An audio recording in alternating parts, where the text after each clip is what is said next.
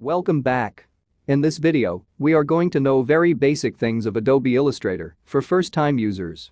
In this video, we will see the home screen and interface. Let's start. This is the home screen from where we can create a new file or open the saved file.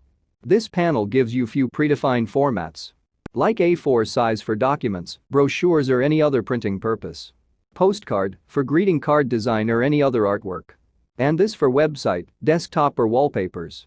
This is for smartphone and apps, TV and digital screens. Custom size is same as create new file where you have your own dimensions and other settings. Home button to bring you back on this screen. Your work will take you to Adobe stock website if you have loaded your design work for sale. Cloud documents and recently deleted items.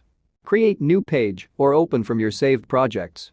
In this area, you will see your recently saved and open files. Here you can sort it by recent, name, size or kind. On your right-hand side, you can choose view style by list or by thumbnail. Let's create a new file from predefined formats. Here we go.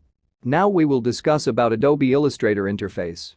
This is the main menu bar, where you will see a drop-down list with so many options, which we will discuss in detail in upcoming videos. This is control bar, which will give you access to selected object properties. On the left-hand side, you will find toolbar. And on the right-hand side, you will see floating panels area. This is called Artboard, where we do all the work. As you can see, Artboard color is white and there is the dark gray color around it, which means this the maximum area we can use for Artboard, either it's a single artboard or multiple. That's all for today. Thank you for watching my video. Please like, share, comment, and subscribe to my channel.